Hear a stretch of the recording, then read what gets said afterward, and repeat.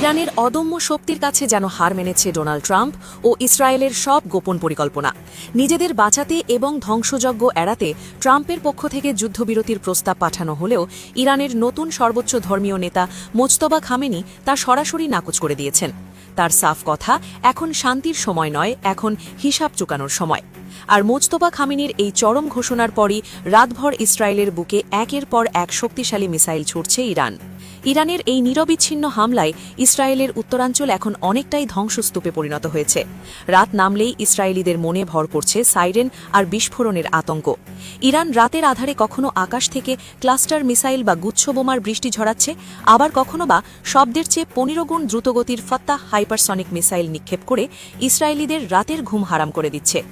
যুদ্ধের এই 17তম দিনেও ইরানের লাগাতার হামলায় কার্যত ধূলিসাৎ হয়ে গেছে ইসরায়েল ও যুক্তরাষ্ট্রের একাধিক সামরিক ঘাঁটি। তবে এই যুদ্ধের সবচেয়ে নাটকীয় দৃশ্যটি দেখা যাচ্ছে সাগরের বুকে। যুক্তরাষ্ট্র ও ইসরায়েলকে উচিত শিক্ষা দিতে বিশ্বের তেল বাণিজ্যের লাইফলাইন হরমুজ প্রণালী বন্ধ করে দিয়েছে ইরান। তাদের ত্রিসীমানায় কোনো মার্কিন যুদ্ধজাহাজ এলেই তা গুড়িয়ে দেওয়ার হুমকি দিচ্ছে ইরানি বিপ্লবী গার্ড বাহিনী বা IRGC। এমনকি IRGCর দাবি, তাদের তাড়া খেয়ে ট্রাম্পের অত্যাধুনিক যুদ্ধজাহাজ আব্রাহাম লিঙ্কন পারস্য উপসাগর ছেড়ে ভারত মহাসাগরের দিকে পালিয়ে যেতে বাধ্য হয়েছে। আর ঠিক এমন এক উত্তপ্ত পরিস্থিতির মধ্যেই হঠাৎ খবর এসেছে, যুক্তরাষ্ট্রের একটি পারমাণবিক শক্তিচালিত বিশাল বিমানবাহী রণতরীতে ভয়াবহ আগুন লেগেছে। শুধু তাই নয়, টানা কয়েকদিন ধরে সেই আগুন নেভাতে না পেরে দিশেহারা হয়ে পড়েছিল জাহাজের হাজার হাজার নাবিক। অনেকেরই ধারণা এবং সামাজিক যোগাযোগ মাধ্যমে নেটিজেনদের দাবি, সম্ভবত ইরানের কোনো গোপন ড্রোন বা মিসাইল হামলায় আগুনে পুড়ে ধ্বংসের মুখে পড়েছিল যুক্তরাষ্ট্রের অন্যতম শক্তিশালী এই যুদ্ধজাহাজটি।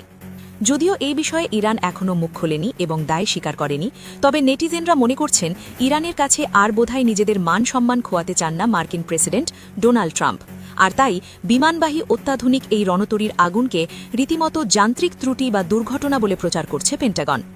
এই বিষয়ে মার্কিন সংবাদ মাধ্যম নিউ ইয়র্ক টাইমস জানিয়েছে, প্রায় 4500 নাবিক ও ফাইটার পাইলট বহনকারী এই রণতরীটি বর্তমানে দীর্ঘ 10 মাসেরও বেশি সময় ধরে সাগরে মোতায়েন রয়েছে।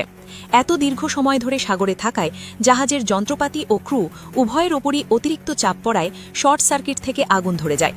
যদিও জাহাজটির নাবিকরা একাধিক অংশে টানা একদিনেরও বেশি সময় ধরে আগুনের সঙ্গে লড়াই করার পর অবশেষে তা নিয়ন্ত্রণে আনতে সক্ষম হন, কিন্তু এই অগ্নিকাণ্ডের ফলে জাহাজের ব্যাপক ক্ষতি হয়েছে। এই ঘটনায় 600রও বেশি নাবিক ও ক্রু তাদের থাকার জায়গা বা কেবিন হারিয়ে চরম অসহায় হয়ে পড়েছেন। এমনকি ধোঁয়ায় শ্বাসকষ্টে বহু নাবিক অসুস্থ হয়ে পড়েছেন বলে পেন্টাগন সূত্র জানিয়েছে। একদিকে ইসরায়েলের আকাশে ফাত্তাহ মিসাইলের তাণ্ডব, অন্যদিকে সাগরে মার্কিন রণতরীতে আগুন। সব মিলিয়ে মধ্যপ্রাচ্যের এই যুদ্ধে আমেরিকা ও ইসরায়েল যে এক অভূতপূর্ব চ্যালেঞ্জের মুখে পড়েছে তা আর বলার অপেক্ষা রাখে না। মোজতবা খামেনির এই আগ্রাসী রণনীতি কি ট্রাম্পকে নতুন করে ভাবতে বাধ্য করবে?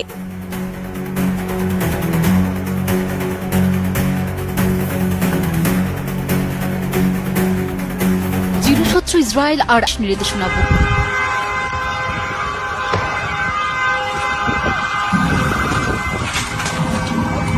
الظاهر في قنبلة اتفجرت في قدام الداكندون السيارة. ده كلها السيارة ممكن معبية سلاح ولا معبية فيها قنابل فيها شو مش عارف. المهم ده كلها الحاجات اللي جات هنا قدام الداكندونس سيارة الرايش ده، والعالم هنا جاي تجربة شديدة خلاص. يعني حاجة ما مفهوم اسمها. الأبواب اتكسر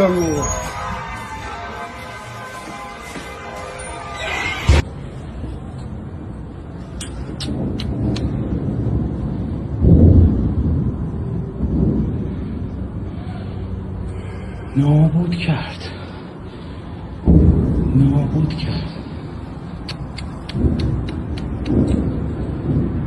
داره خودش میزنه دیگه یکی من باقی. देखिए दोस्तों, ये इसराइल का ये गली नदी है जहाँ पर मिसाइल गिरा हुआ है। ये सब कैसा हो गया, मेरे को पूरा बिल्डिंग गिर गया और इससे हालत ही बहुत खराब।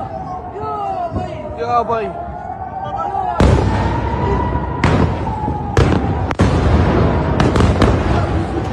ये कुवैत की वीडियो है भाई, आप देख लो। ये कुवैत की वीडियो है, आज की लेटेस्ट वीडियो है भाई। 28 फरवरी 2026 आज की ईरान के हमले की। मालूम है अमरीकी बेस की ये हाल हुआ है। अमरीकी क्या सोच रहे थे कि हम ऐसे ही आएंगे इजराइल और सब लोग मिलके एक साथ में ईरान के ऊपर हमला करके नुकसान करके चले जाएंगे। अरे भाई,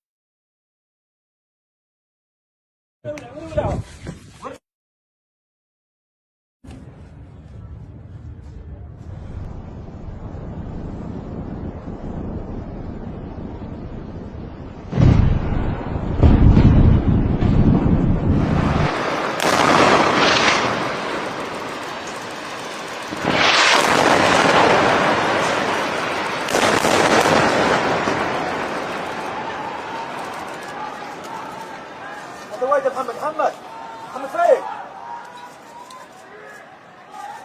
محمد سيد otherwise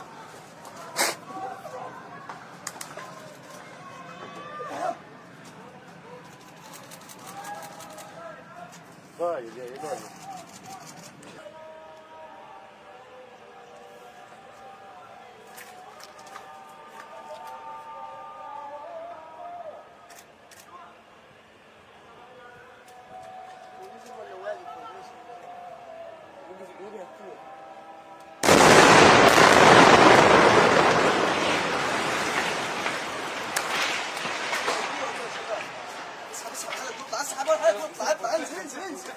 معتز انزل يا معتز معتز انزل يا معتز